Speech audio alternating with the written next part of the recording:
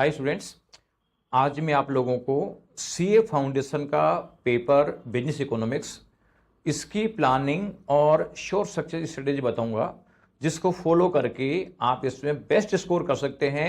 Even आप पूरी foundation का एग्रीगेट भी इस सब्जेक्ट से बना सकते हैं।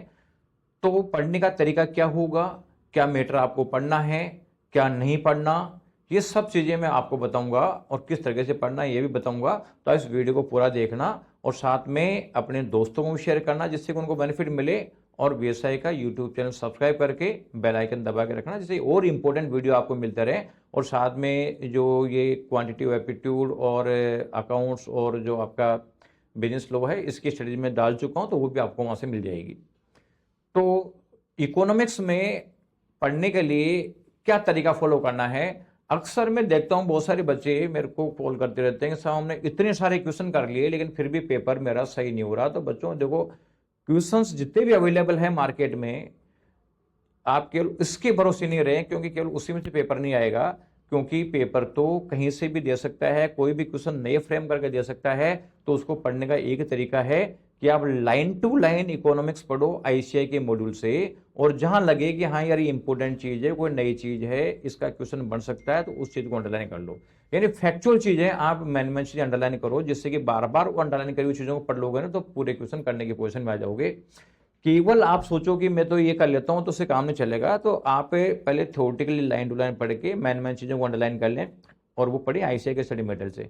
इसके बाद में क्वेश्चन सोल्व करेंगे, जब आईसीआई के या और कहीं से भी क्वेश्चन सोल्व करें आप, तो उसमें आप उसको थोड़ी पढ़ने के बाद में आप सोल्व करें तो बहुत सारे क्वेश्चन आपके उसमें क्लियर हो जाएंगे। लेकिन अगर आपने केवल क्वेश्चन पढ़े, थ्योरी नहीं पढ़ी, तो ये मान लो कि 20-30 मार्क्स से ऊपर के क्वेश्चन आप लोगों के नहीं हो पाएंगे। तो ये गलती बिल्कुल मत करना, थ्योरी तो आपको पढ़नी ही पढ़नी है।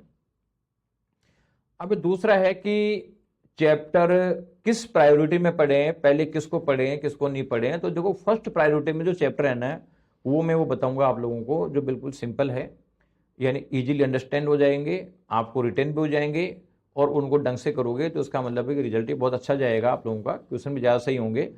उसमें मैं बात करूं पहली प्रायोरिटी में, तो आपका चैप्टर नंबर 1 की 2 यूनिट, यानी introduction and basic problem of an economics and role of prices, जो है प्राइस मैकेनिज्म, ये पहली प्रायोरिटी में पढ़ना है।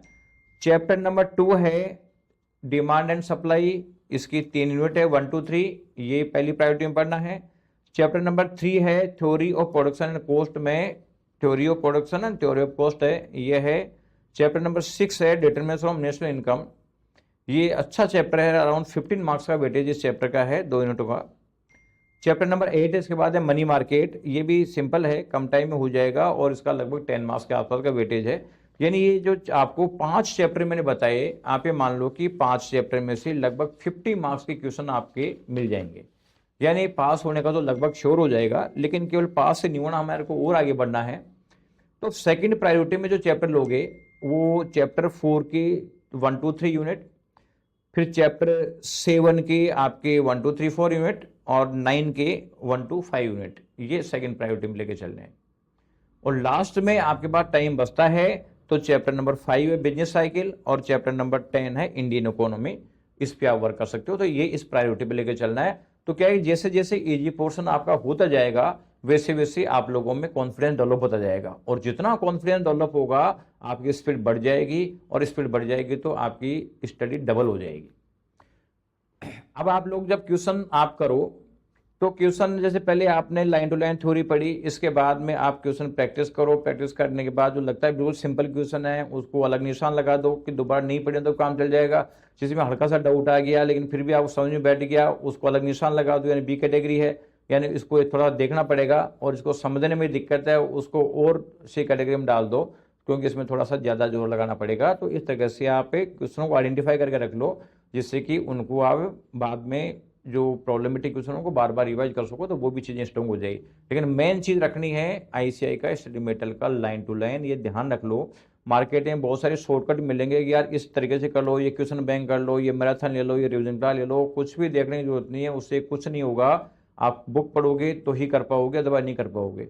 बहुत लोग मैं देखता हूँ कि वो हर बार मतलब फेल होते हैं, फिर भी वो देखते हैं यार रिविजन क्लास देख लूँ, मैराथन देख लूँ, क्वेश्चन बैंक कर लूँ, केवल इन्हीं से पास हो जाएंगे तो इनसे नहीं होंगे।